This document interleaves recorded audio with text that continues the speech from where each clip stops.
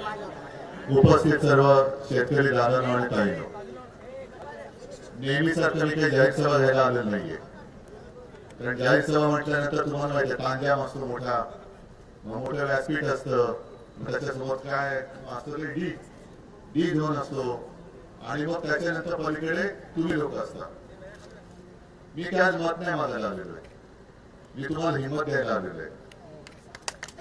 हिंमत द्यायला आलेलो कारण आजपर्यंत तुम्ही म्हणजे खास करून धाराशिव, त्याच्यात औसा पण आपल्या धाराशिव या लोकसभेच्या याच्यात आला आणि औसात पण आपल्याला मागे आमदार दिलेला आहे. पण कोणी काय दिलं नाही दिलं यापेक्षा माझं कर्तव्य आहे की जे काही माझ्या हातामध्ये अधिकार असतील त्या अधिकाराचा उपयोग माझ्या जनतेसाठी, माझ्या शेतकऱ्याच्या हितासाठी करायचा.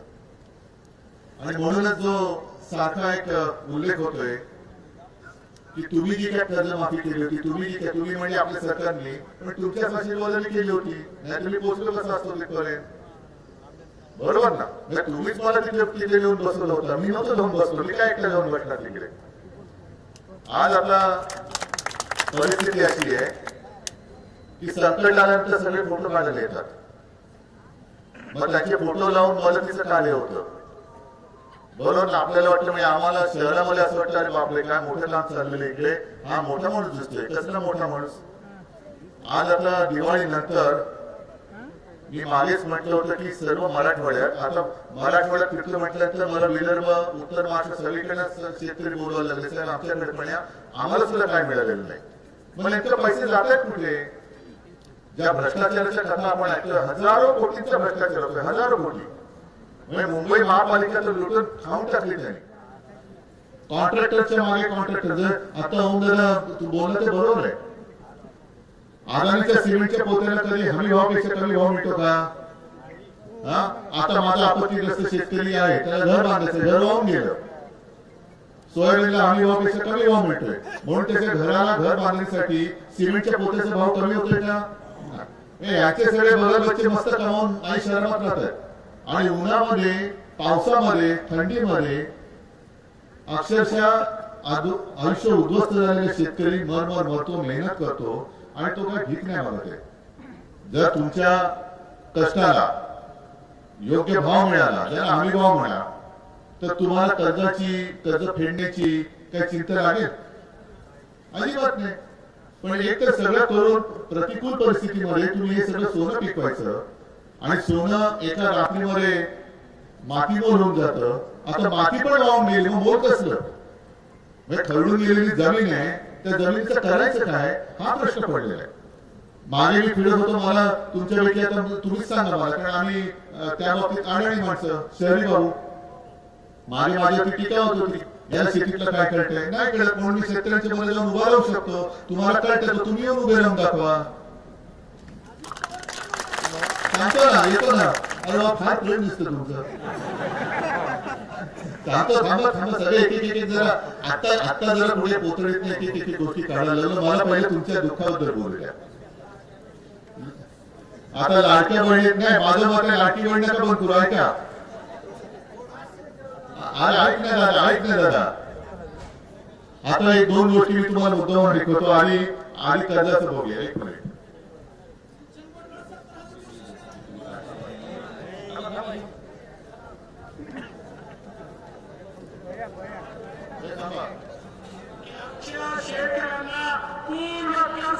आपण देणार आहोत. शेतकऱ्यांचा साथ धरा, करूया कोरा कोरा कोरा.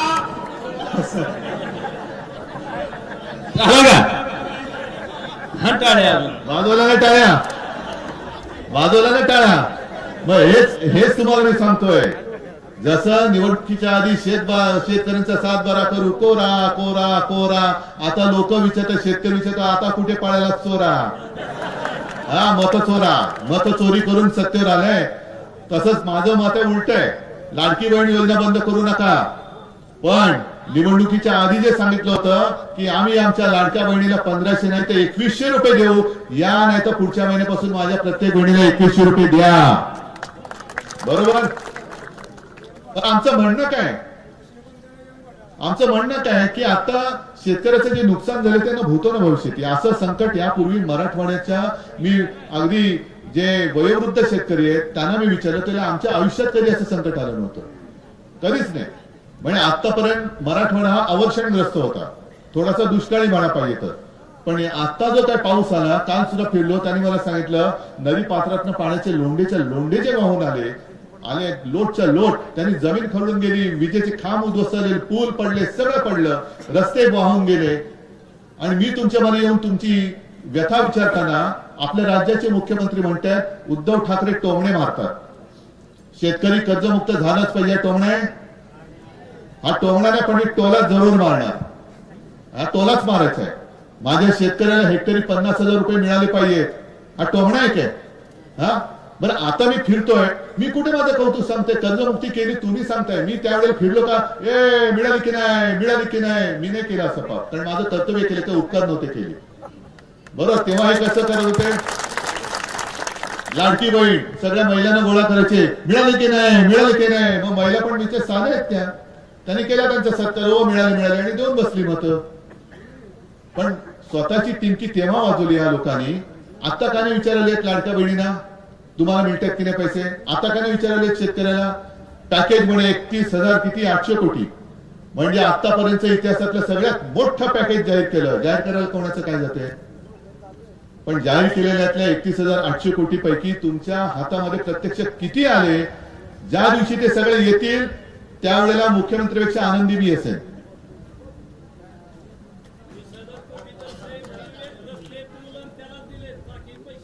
म्हणजे कोणाला शेतकऱ्याला दिले का कॉन्ट्रॅक्टरला? विकास याला म्हणतात विकास. शेतकरी मेला तरी चालेल, शेतकऱ्याच्या उरावरनं मिळतो. आता शक्तीपीठाचा तो आहे तिथे तो प्रश्न, सुपीक जमिनी बिमिनी काही बघत नाही, त्याच्यावरनं रस्ता शेतकऱ्याच्या उरावरनं रस्ता नाही, शेतकरी मेला तरी चालेल पण माझा कॉन्ट्रॅक्टर मित्र जगला पाहिजे, याला मुख्यमंत्री म्हणतात विकास. आणि आज मी फिरतो तुमच्याकडे, मी फिरायला लागल्यानंतर सगळ्या त्या भाजप त्यांचे सगळे ते मिंदे आहेत, कुबड्या नाही. आता अमित शहा म्हणाले, मी नाही म्हणाल, कुबड्या कोण म्हणाले त्यांना? त्या कुबड्यांना सुद्धा आता फोड आले अंगावरती तरतरीत, आणि म्हणायला या निमित्ताने का होईना पण उद्धव ठाकरे घराबाहेर पडले. मला त्यांना सांगायचं की अहो तुम्ही तुमच्या स्वतःच्या घराकडे पण जरा मध्ये मध्ये बघत जा, पंचायत होते नाही तर. कारण घर सोडून हे कोण मला सांगणार आहे? यानी पक्ष बदलणारी लोक, 50 खोकी घेणारी लोक, सत्तेसाठी दिल्लीत जाऊन मुजरा करावा लागतो यांना वारंवार, घरदार सोडून दिल्लीत जाऊन मुजरा करावा लागतो. आमचे मुख्यमंत्री शेतकऱ्याला पॅकेज मिळाले की नाही विचारण्यापेक्षा बिहारमध्ये जाऊन प्रचार करतायत. म्हणजे ही लोक, यांना जर का मी उद्या मला जर का घरी बसून, मी घरी बसून माझा महाराष्ट्र वाचवला, मी घरी बसून माझ्या शेतकऱ्याची कर्जमुक्ती केली, मी घरी बसून माझ्या शेतकऱ्याला आणि गोरगरिबाला शिवभोजन थाळी सुरू करून दिली होती. काय काय केलं होतं? जे तुम्ही म्हणजे ही सगळे भाजप आणि त्यांची पिलावळ दुनियादारी करत फिरतायत, मग तुम्ही फिरून सुद्धा शेतकरी तुमच्या विरुद्ध का चिडलाय? का चिडलाय शेतकरी? का तुम्हाला आज शिव्या घालतोय? आणि मी घरी बसून आज पहिल्या प्रथम बाहेर पडलं म्हणत असेल तर हे दुनियादारी करणारी लोक, यांना मी बाजार बसवे म्हणतो. हे बाजार बसवे लोक तुम्हाला काय आयुष्यात सुख देणार आहेत? हे बाजार बसवे, बाजार बुडणी लोक इथे सगळे या पक्षात त्या पक्षात, त्या पक्षात त्या पक्षात, म्हणजे जिथे खोके मिळतील तिकडे जात आहेत. पण माझ्या शेतकऱ्याला काय, हे सगळे घेऊन बसते 50-50 खोके, आणि जबरदस्त भ्रष्टाचार, जबरदस्त भ्रष्टाचार. आता या सगळ्या गोष्टी मी तुम्हाला मुद्दामून विचारायला आलो. एक तर पॅकेज मधले काही पैसे मिळाले का नाही? मला आता खरं पाहिजे, कारण चॅनेलवरनं चॅनेल हे सगळे जगाला दाखवतोय. पॅकेज मधला एक पैसा मिळाला असेल आनंदाने सांगा मिळाला. खरं सांगायचं, खरडून गेलेल्या जमिनीला काही मिळालं? जी गुरंढोरं वाहून गेली, जनावरं वाहून गेल्या, दुभत्या गायी वाहून गेल्या, बैल वाहून गेले, कोंबड्या वाहून गेल्या, शेळ्या वाहून गेल्या, मुलाबाळांची पुस्तकं वाहून गेली, घरं वाहून गेली, शेतीतली माती वाहून गेली, मिळालं काय? पीक विम्याचे पैसे तर मिळाले ना? अरे नाही कसे? मला तर माझ्याकडे पुरावे आहेत, माझ्याकडे पुरावे आहेत. तुम्ही खोटं बोलताय. ऐका, माझ्याकडे पुरावा आहे. तुम्ही काय म्हणालात आता? 1 रुपया सुद्धा मिळाला नाही, बरोबर ना? अरे ऐक रे दादा, अरे दादा ऐका ना माझं, ऐका ना माझं काय बोलणं ऐका. मी काय म्हणतोय, तुम्ही म्हणते 1 रुपया सुद्धा मिळाला नाही. मी काय म्हणतोय, तुम्ही खोटं बोलताय. अरे ऐक ना, माझ्याकडे पुरावा आहे. अरे 6 रुपये मिळाल्याचा पुरावा आहे. 6 रुपये मिळाले, 3 रुपये मिळाले. तुम्हाला लक्षात आलं, लक्षात आलं मी तुम्हाला काय म्हणणार खोटं. म्हणजे एवढी थट्टा, एवढी चेष्टा शेतकऱ्याची अद्याप कोणी केलेली नाही. 1 रुपयात पीक विमा बंद, शिवभोजन बंद, आनंदाचा सिधा बंद, हे सगळं बंद आणि यांचं दुकान चालू. हे खोऱ्याने ओढतायत पैसे, नुसते ओढतायत.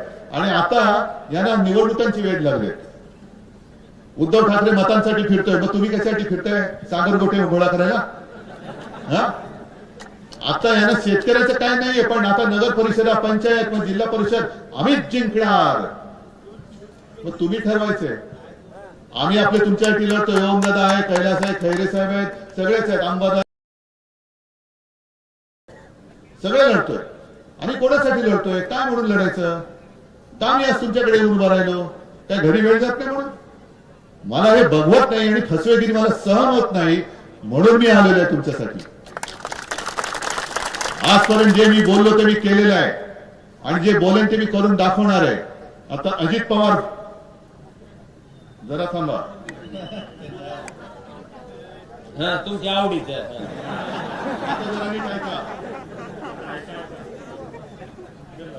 थांबा थांबा थांबा.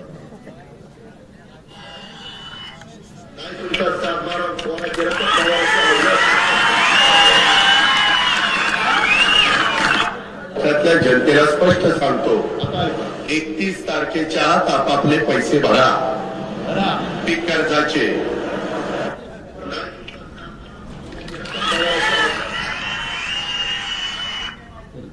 नीट पहिल्यापासून आहे का? नाही तुमचा सातबारा कोणाची रक्कम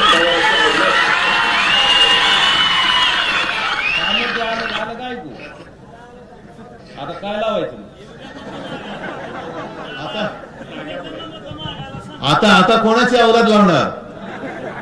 म्हणजे खोटी माणसं एवढे निर्दयी.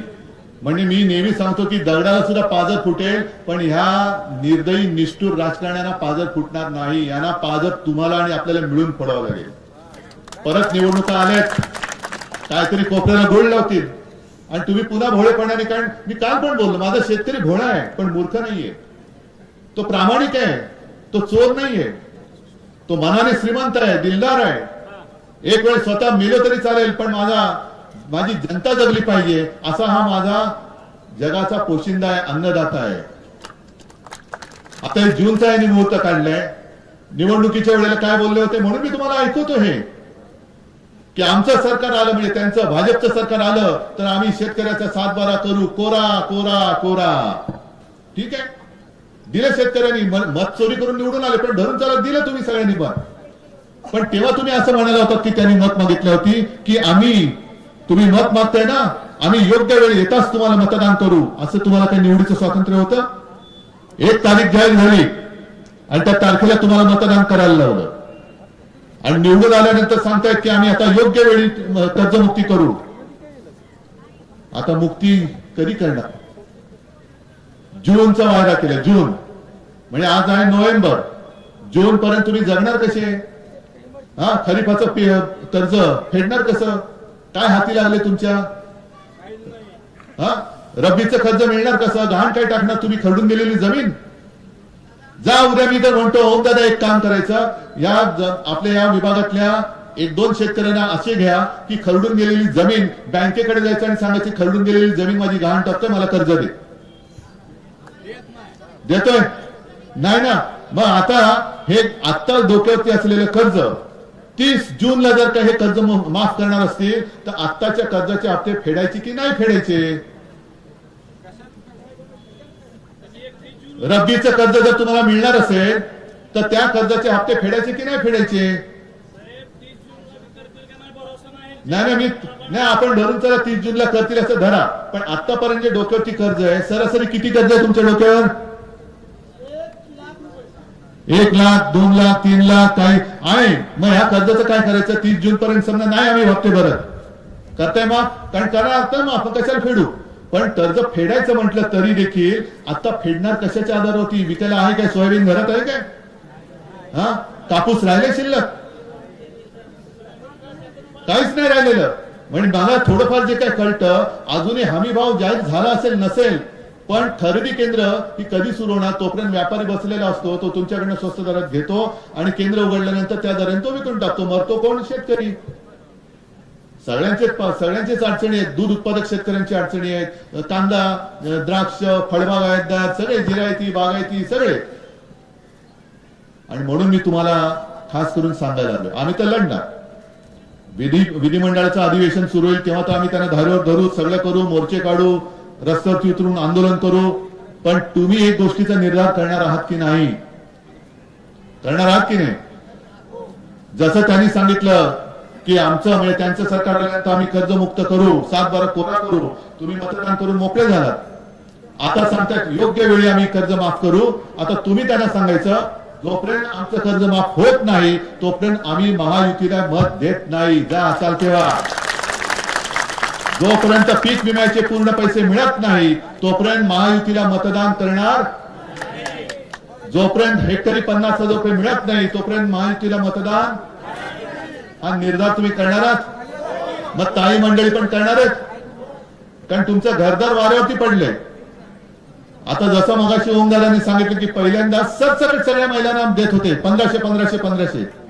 आता त्याच्यात सुद्धा काही, त्याच्यात सुद्धा घोटाळा केला, काही बापे घुसवले त्यांनी. मग